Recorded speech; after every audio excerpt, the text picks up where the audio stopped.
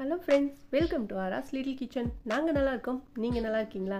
இன்னைக்கு ரொம்பவே சிம்பிளான ingredients வச்சு சூப்பரா ஒரு பர்த்டே கேக் செய்யலாம். வாங்க வீடியோக்குள்ள போறதுக்கு முன்னாடி நம்ம சேனலை subscribe பண்ணிக்கோங்க. ஃபர்ஸ்ட் ஒரு பவுல்ல ஒரு ஸ்ட்ரெயினர் வச்சு 200 கிராம் மைதா சேர்த்துக்கோங்க. கூடவே ஒரு 100 gram cocoa powder, 1/2 spoon baking soda, 1 spoon baking powder சேர்த்து நல்லா சலிச்சிரலாங்க. கட்டி எதுவும் இல்லாம நல்லா சலிச்சிரலாம். சலிச்சிட்டு இதை நல்லா மிக்ஸ் பண்ணிடலாம். மிக்ஸ் பண்ணி தனியாக எடுத்து வச்சுக்கலாம். அடுத்து இன்னொரு பவுல் வச்சுக்கோங்க. அதில் ஒரு 100 கிராம் உருக்குன பட்டர் சேர்த்துக்கோங்க. பட்டர் அப்படி இல்லைன்னா ரிஃபைண்ட் ஆயில் சேர்த்துக்கோங்க. அடுத்து ஒரு கப் தயிர், ஒரு கப் சுகர் சேர்த்துக்கோங்க. மூணுமே ஒரே கப்பில் அளந்து எடுத்துக்கோங்க. நல்லா கட்டி எதுவும் இல்லாமல் நல்லா கலக்கிக்கலாங்க. நல்லா கலந்து விட்டுட்டு இதோட ஒரு 200 ml பால் சேர்த்துக்கலாம். பால் சேர்த்து நல்லா கலந்துடலாம்.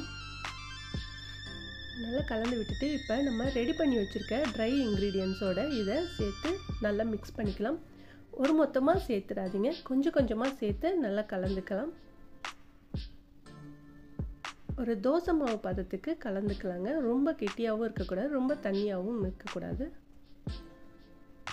கேக் ரெசிபி ஆல்ரெடி நம்ம சேனலில் அப்லோட் பண்ணியிருக்கேன். லிங்க் டிஸ்கிரிப்ஷனில் கொடுக்குறேன், தேவைப்பட்டவங்க பார்த்துக்கோங்க.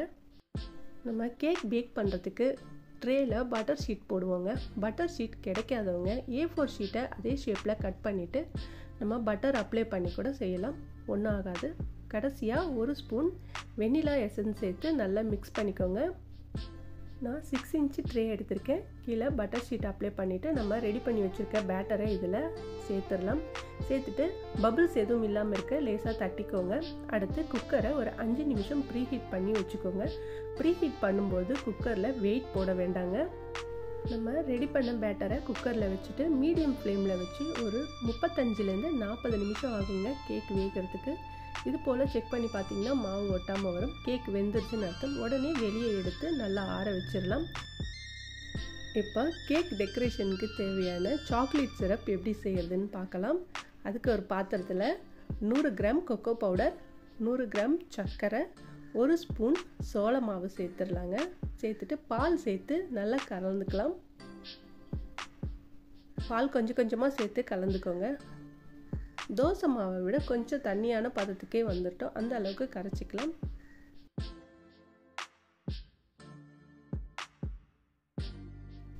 கட்டி எதுவும் இல்லாமல் நல்லா கலந்து விட்டுட்டு கேஸ் ஆன் பண்ணிக்கோங்க. கேஸ் ஆன் பண்ணிவிட்டு லோ ஃப்ளேமில் வச்சு கைவிடாமல் கலந்துக்கிட்டே இருக்கணும். ஒரு 10லேருந்து 15 நிமிஷம் நம்ம கலந்துக்கிட்டே இருக்கணுங்க. நிறம் மாறி இங்கே பாருங்கள் நல்லா திக்காகவே வந்துருச்சு. இந்த பதம் போதுமானது. இப்போ இறக்கிடலாம்.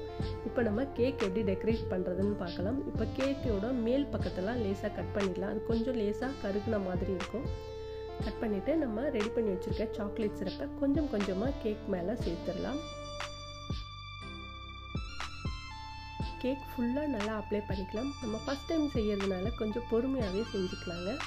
அடுத்து டெக்கரேஷனுக்கு நான் கொஞ்சம் நட்ஸ் கட் பண்ணி வச்சுருக்கேன். அதையும் இது மேலே தூவிட்டு கொஞ்சமாக கேஷ்யூஸ் வச்சு டெக்கரேட் பண்ணிடலாம். அவ்வளோதாங்க, ரொம்பவே சூப்பரான சாக்லேட் கேக் வீட்லேயே ரெடி பண்ணியாச்சு.